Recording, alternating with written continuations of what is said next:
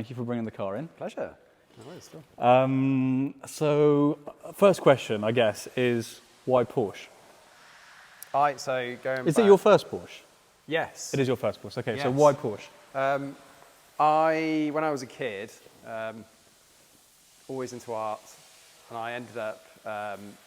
Always into art? Art, yeah. So I drew a picture of a 930 Turbo. Yeah. And sent it to Dick Lovett, basically, Richard Lovett. Did you? Okay. I did. And very kindly, they wrote back and sent me a load of hardback books. Right, okay. And I was probably 13 or 14 at that point. Yeah. And I reckon that was the point. And I had micro machines at the same time, right? And my favorite was a Porsche. Yeah. And at that point, I was smitten. And at some point, I didn't know when, I knew at some point it had to be a Porsche. Yeah.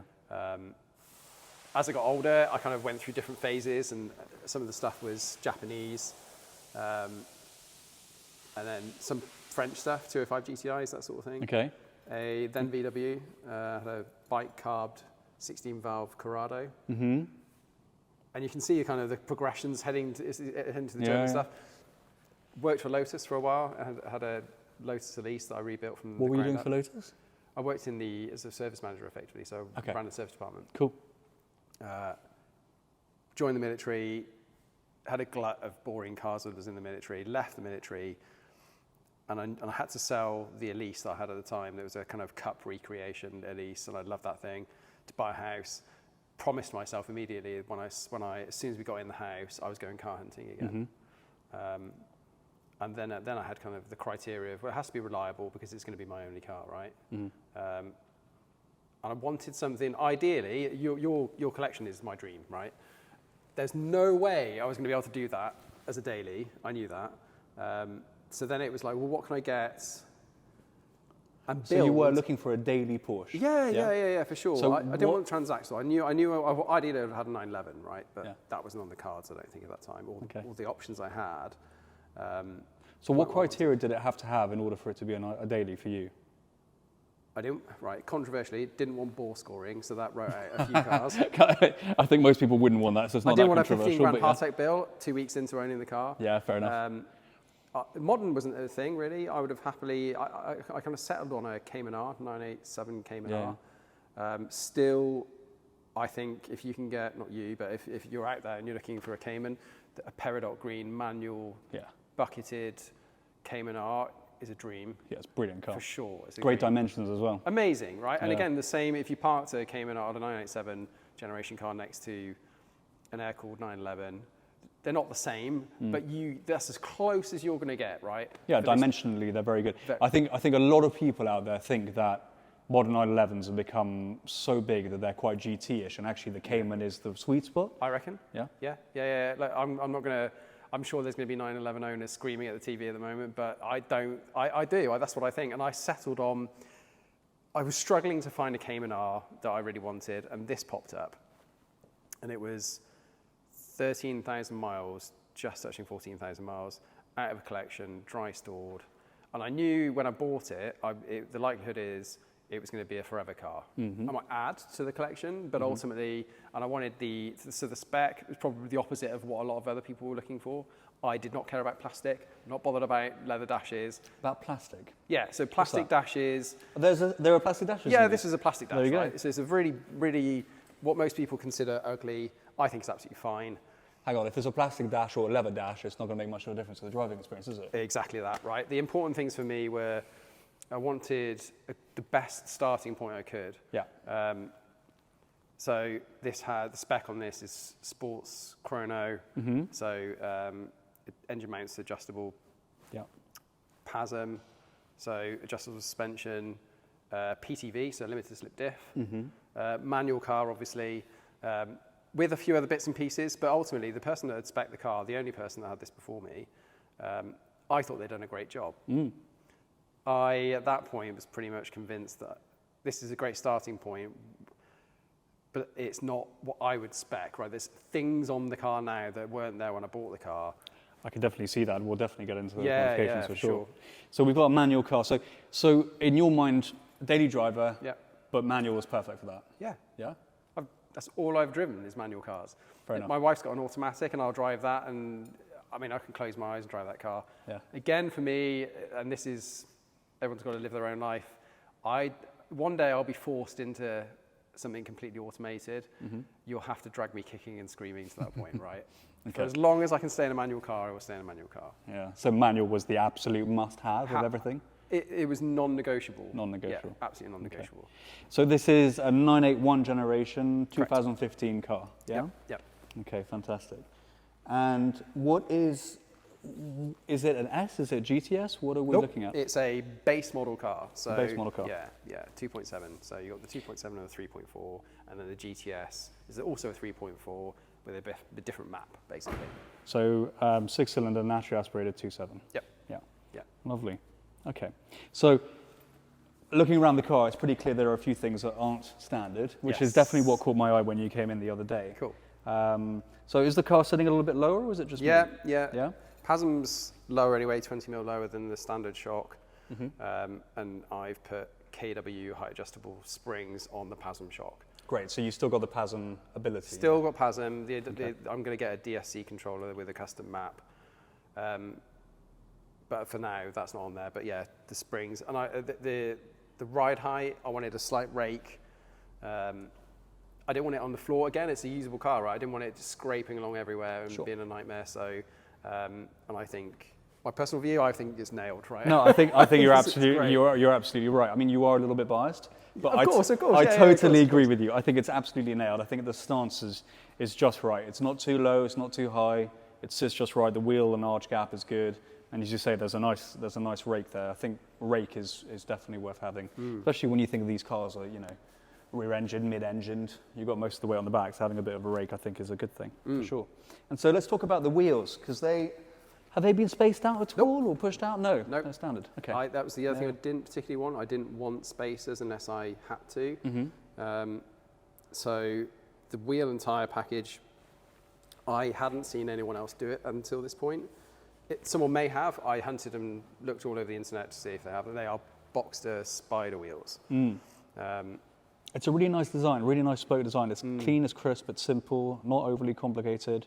And the finish is lovely. So what is that? It's a matte satin gold aurum. Satin. So yeah, it's a current colour, typically found on GT cars. Yeah, and I had them. They weren't a set, so they were individual wheels. I managed to buy some from Germany. Oh, really? Yeah. One off eBay, and then sent them off to get them refinished in satin aurum. Yeah, brilliant. And I could visualize. I played with Photoshop and mocked it all up and stuff, and I knew it was going to look okay. And then when I put the wheels on for the first time, the car totally changed. It looks fantastic. No, I think gold wheels is a very delicate balance. You can go too far very, very quickly. Yeah. And if the shade isn't quite right, they can sometimes go a bit ginger, or they can go the other way. But yeah, no, I think you've got the shade really bang on there. They look just right. Really nice. And so you're running a set of Michelin Pilot Sport 4s by the look of this. Yeah. Yeah, those are lovely tyres. What amazes me about these tyres is how good they are, not just in the summer months, but also in the winter months. Their rain capability is really impressive. Yeah, I've had no issues with them. They're scrubbed in, but they're not that aged. What I have for Goodyear Eagle F1 asymmetric, they're okay, but it was night and day once these went on. Really is that much difference. And I know everybody says that about 4S, but my experience matches everybody else's. Really great tyre. A phenomenal tyre. I think that in their category, I think the Pilot Sports are. There's nothing close to it at the moment. So they're absolutely fantastic. I had the blue car over there, the 993, although it's a non-runner at the moment, so it was being rebuilt. But I had that car in January up in the Alps. So proper snow, icy weather. Not necessarily the ideal conditions for Michelin Pilot Sports, but they were super impressive. They didn't let me down, actually. And that was really pushing it to the extreme. Was it really? Yeah, no, it was really impressive. I think towards -1, -2, they start getting a little bit funny. But that car actually still retains its four-wheel drive system. Okay, My cool. defense for that is that it's got 800 newton meters of torque. So has it? Yeah, it does. We need to talk about that separately. Another time. Yeah. That's another time. So anyway, suffice to say that these tyres, I'm blown away by them. I think they're absolutely phenomenal in the summer and in the rain and the winter. And actually, the difference between them and a set of Cup 2s on the street is not worth it, Yeah. really, considering the capabilities of these in all weather. Awesome. Okay, cool. And then the obvious touch as well is the decals on the car. So at the back here, we've got a lovely You'll recognise Porsche this. script. Yeah. Yeah. So tell me about that. Again, your collection is my dream. That's very kind. It is. So, I mean, it is. And being a white car, I specifically wanted Guards red or white. Those are the two colours I wanted. I wanted classic Porsche colours. The whole idea around this, what I'm trying to do is take nods of history and add them to the car in a non-contrived way. I don't want anything. And again, it's personal preference, but I had an idea of doing this sort of RS script on the back. I knew green was going to be the accent colour. I thought, hey, look, I can do it, see what it looks like, stand back, take an honest view, and if it looks terrible, I'll take it back off again. And again, just being quite lucky with some of these things. Not everything stayed, but that's one of the things I think looks really cool. No, I think it looks great. It makes the car stand out. I think it's all those little individual touches that individually aren't necessarily a lot, but actually when you pull it all together, it's nice. And as you say, it looks kind of OEM plus. It doesn't shout, what's it called? It doesn't shout at you. I think it's nicely, subtly done. That was important to me. Yeah. And some of the bodywork's not original to the car either. So, I mean, those things have been added along the way. Because, again, I had the vision. I knew what I was trying to achieve.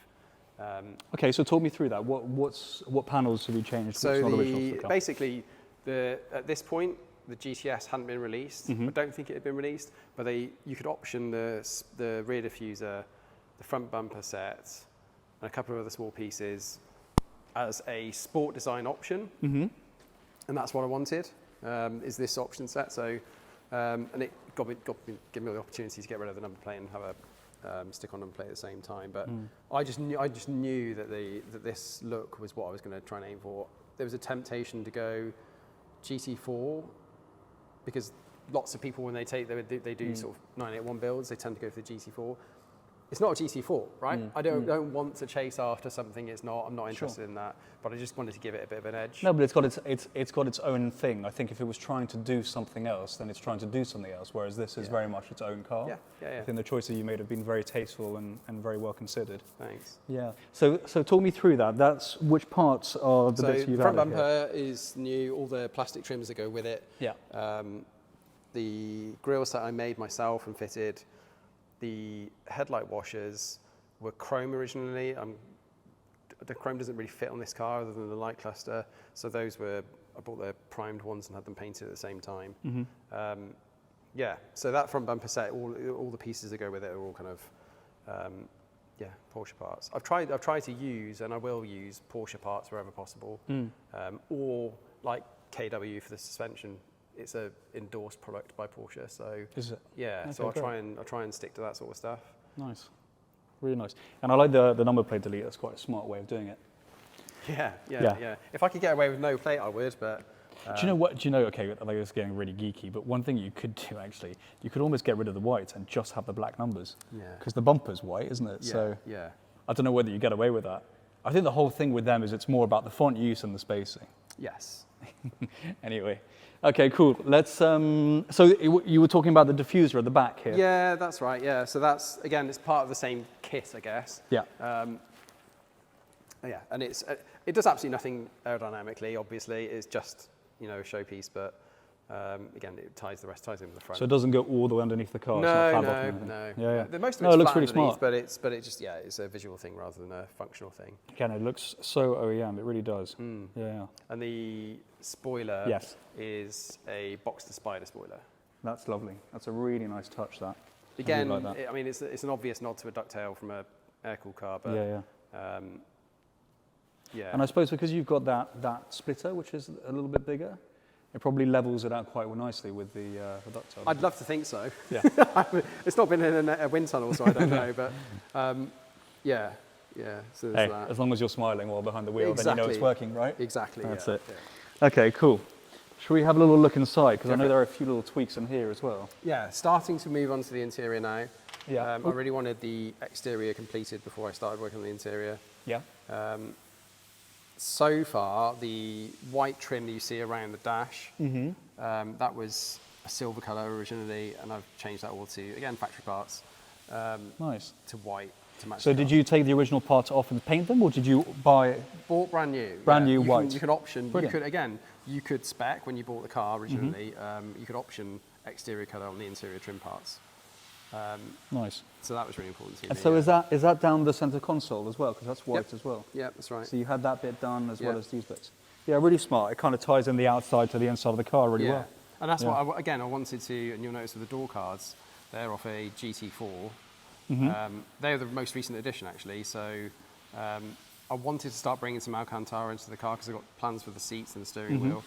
But I didn't want black. The door pulls are black normally. Normally you'd have a normal handle. Yeah. So I spent an agonising amount of time trying to find a matching piece of material I could use for the door cards, for the pull to handles. start pulling The that wi- green yeah. into this interior. Nice. And then the Alcantara and the centre the armrest is also a matching Alcantara. Oh yeah, I see that as well. So as and when I find parts, I'll buy them or hoover them up, but everything's got to match, right? So that's this part here that you now Correct. have in Yeah, Alcantara. yeah. Yeah, nice. And I see you've got the Porsche crests here on the seat as well. Yeah. Seats are being kept. Yeah.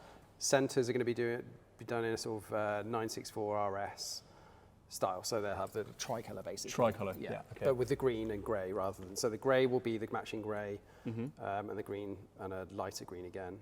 The shift boot and the steering will be retrimmed in Alcantara as well. Nice. And maybe a little bit of a green detail here in the middle, I guess. Different again actually, 991 generation GT2 I think it is. And this might be one of those things where I do it and then go, nope, looks terrible, I'll do it again. Yeah. Is that they have coloured Alcantara 3/4 of the way around and then the top in grey or black, right? Yeah. So I'm going to try and see if I can match one of the greens off there and have the steering wheel done with this kind of 3/4 of the way around in green. It could look awful. It could be that moment where I've gone too I think far. that's strong. I think that's strong, but I'd love to be wrong. I look forward to seeing what you do with it, dude. But I'm not scared of going back, right? So Yeah. I will happily go back and rip something out. Nothing ventured, nothing gained. Exactly. So yeah. Exactly. Yeah, no, I'd be tempted to just do, well, The centre marker, right? yeah, centre marker, maybe a little bit of stitching, redoing the stitching. What's that? I think there's a company called Royal Steering Wheels. There is, yeah. That They do did my some really Elise, good actually, stuff. when I had my Elise Yeah? done. Yeah. I've never used them, but I've seen them pop up on some of the forums, and they look to do some stellar work. Yeah. It's good, yeah. I'm going to use a different company, but yeah, I've already planned that. Really smart. And so, what else have you done to the car? Anything with roll bars or No roll performance bars. modifications? Starting to add a couple of parts in from a GT4 RS. Okay. Again, chrome doesn't really suit this car, I don't think. So there was chrome rings on these two trim pieces here. Oh, yeah. Versus water and oil. They didn't say water and oil originally, and I bought those. Should we open that up? Yeah, go. Yeah, no problem. How do we get in? Is it through this Again, one? the power of modern technology. Now you're just showing off. It's like earlier when you rolled the windows down, from the remote. From the remote, I'm yeah. sitting there old school, winding away. I apologise for the mess in the boot. No, not at all. It's good to see that it's getting used. So it's these bits here where you've... Correct. Okay, so Yeah. so there was a chrome ring, you say, around Yeah, there's a big chrome ring around it, and I just, again, I wouldn't mind if the rest of the car had chrome to tie it in, but it just doesn't. Yeah, no, fair enough. And this, I think, stands out like a sore thumb, and not in a. Again, for me personally, don't like it. And the 4RS came with exactly the same part, Yeah. but anodized black. Yeah. So I'm just going to add that part. It's just waiting for it to come in from Porsche. So. And you're not tempted to take this one off and just anodize it? I mean, it's probably as expensive to get that one anodized as it is to buy the brand new part. You reckon? Yeah. Yeah, that's quite possible. It's not, You know not, what's not quite- particularly expensive part. What's so- quite a nice coating as well, is Xylon coating. Yeah, that's really lovely. Let me show you. I've got a part over here. Okay, we're going slightly off subject, but we will get back to it. Go for it. I'm in. But this is a project from a while ago, and so these intake plenums are a solid piece of billet, effectively, of aluminium. And I just wanted it. So these are a solid piece of billet aluminium, and I don't want to keep it raw because it just would have been too gaudy. Yep. So same as what's what I wanted to dull it down, and we Xylon coated. And what's nice is you can still see, the machine marks in it. You can still see the raw material underneath it. It's not overly thick, but the Xylon coating worked really well, so we did that for these. Wasn't that supposed to be gun coating originally? Yes, I think that's right. They used it to coat old Colts and things like that. Yeah. Something like that anyway. I'm sure there's something about Xylon that was... But yeah, great. It's a great coating and it's... Could be one solution. But yeah. Yep. But if you're saying that what's called is cheaper to just use the original ones, then great. Yeah. I think it's 200 quid for the Is that original right? part. Okay. Yeah. No brainer. There's no way I could take that part off, strip all the individual pieces off, and get it coated and put back together properly. For 200 No. quid. Fair enough. Fair enough. So do you have any other plans inside this area? Because there's the GT4 has other parts that you could put in here. Yeah, there's other bits and pieces. So it gets really expensive. I had looked at the 4RS. Yeah. I don't want to badge anything as a 4RS or do anything like that, but they've got the side rear windows, the quarter windows. Of course, yeah. In carbon fibre with an air duct. Yeah. And I found a couple used, including the engine cover, with all the ducting. Do I need to be sitting down for this? It's about 10,000. Jesus. For effectively something that this isn't the fastest car in the world. I have long-term plans for the engine, but we're nowhere near that now. Okay. It's a lot of money for something that's purely aesthetic. Yeah, that is a lot of money. And actually, in truth, I reckon you'd increase the noise, the cabin noise, quite a bit by doing that. Probably. I'm not. Which that. depending on it's who loud you are. anyway, right? Yeah. So. Yeah, fair enough. Yeah. Okay. Cool. Well, you can't just drop an Easter egg like that and say nothing. So, what are your long-term plans with the engine? I don't know yet. I've always the problem is this sounds amazing, right? This car. I'm biased, of course. We said that earlier on, but I do think it sounds great. Yeah. So what I don't want to do is shoehorn something in that audibly sounds worse, right? That's where my emotion comes from. The attachment for me is all the visceral stuff that you interact with, the sounds, the smells, the touch points, all of that. So it has to. That's like a number one criteria, right? And I actually don't find that I need anything much quicker than this. So I don't know what the answer is. As an engineer, I can't not play with something. So we'll wait and see. I don't know. I'd have to look at the other generation engines that fit. I've seen somebody do GT4 engines in the base car before. That's been done. Yeah. I'd like to try and do something that's not been done yet. Oh. So. But then again, don't let that restrict you. If there's something that you want to do just because someone's done it already, doesn't make a difference. No, At the end you're of the right. day, it's the smile on your face that counts, not whether you're the original. Yeah, you're right. We'll wait and see. I've got all this other stuff that I still want to do with this car first before I get to that. Sure. But I think that kind of makes sense. I think, I've seen it before where people throw a lot of time and effort into the engine, but then the rest of the car isn't really suited to deal with it quite yet. Yeah. It's much better to go the other way around, where you really spend time with the chassis, developing the chassis, and then you can really feel how far you can take the performance of the engine itself and where the limits actually are. Okay, awesome, really cool. So, talk to me about road trips. Talk to me about how you use the car, because you're obviously using it, you say, as a daily driver, which seems amazing to me, because we're in the depths of winter over here, and the car is clean. Look, it was cleaned yesterday, okay? So it's not like I've had my struggles in the past. This not only represents driving enjoyment to me, but it's something I'm emotionally connected to. I'm deeply connected to this car. We talked before off camera about patina and letting a car just age naturally. I'm still cool with that, but I want to keep the car in as good natural condition as I can, right? So I do spend a lot of time cleaning it. I get some sort of zen thing about spending half a day cleaning a car as well. So I like it, yeah.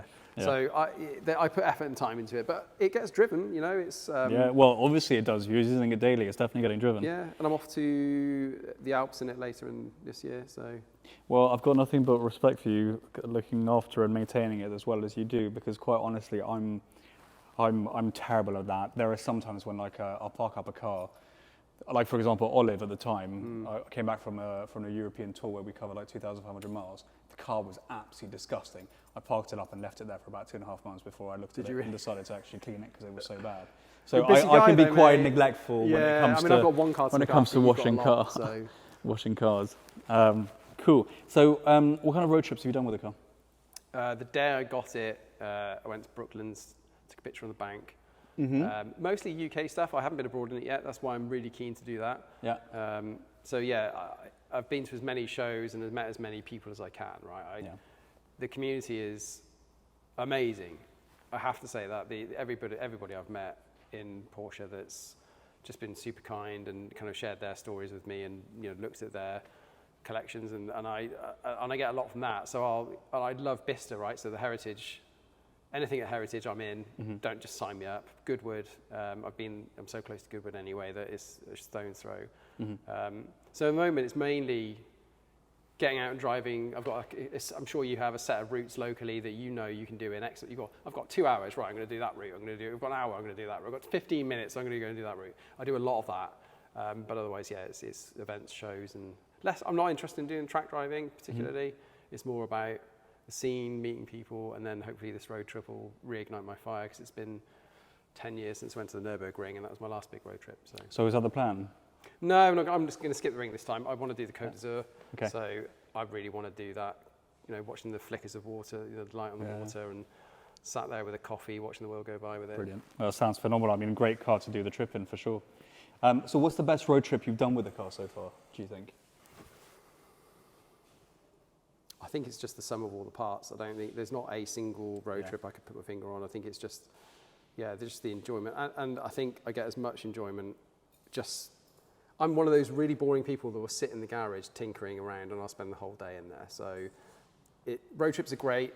Spending time with friends and doing stuff is fantastic. My stag do, I got a load of mates together and we went to, again, it's not that far, Caffeine and Machine, and we just we camped overnight and sat around telling stories and stuff, or getting it ripped out of me. But each one of those things, right, each picture I take with the car where it's done something and it represents a memory, or a journey represents a memory, or a moment in time, and I'm trying to sew as much into that car as I can. And then over the years, as it ages and I age, I'm hoping that each stone chip I'll notice and know from, again, we talked about this stuff, but a dent, those things, right? You know all of those things in that car, and you know what it represents. Yeah, definitely. There's something to be said for a car that tells a story. Yeah. Right? That's been places, you've had experiences with. Every stone chip is a memory, as you say. Yeah, for sure. Well, dude, thank you so much for bringing it in. No worries. Yeah, it really caught my eye when you brought it in the other day. And it's lovely to get up and close and personal with the car and talk to you about it properly. I had to resist the temptation when you came in last time to talk about it too much, because then we wouldn't have as much to talk about today. Sure. But yeah, no, it's really cool. And I really look forward to seeing the evolution of the car, because obviously there's still a lot of plans that you have for it. Yeah. So it'll be interesting to see how it goes. Some forwards, maybe a little bit back again, then a bit further forwards again, as I kind of dial it in and kind of work out what the right things to do are. But. Well, it's all part of the fun, isn't it? Your car, your rules, take the time that it needs to take, and above all, enjoy it, which seems to be exactly what you're doing, and exactly what it's intended for. Thanks, dude. No worries, pleasure, anytime.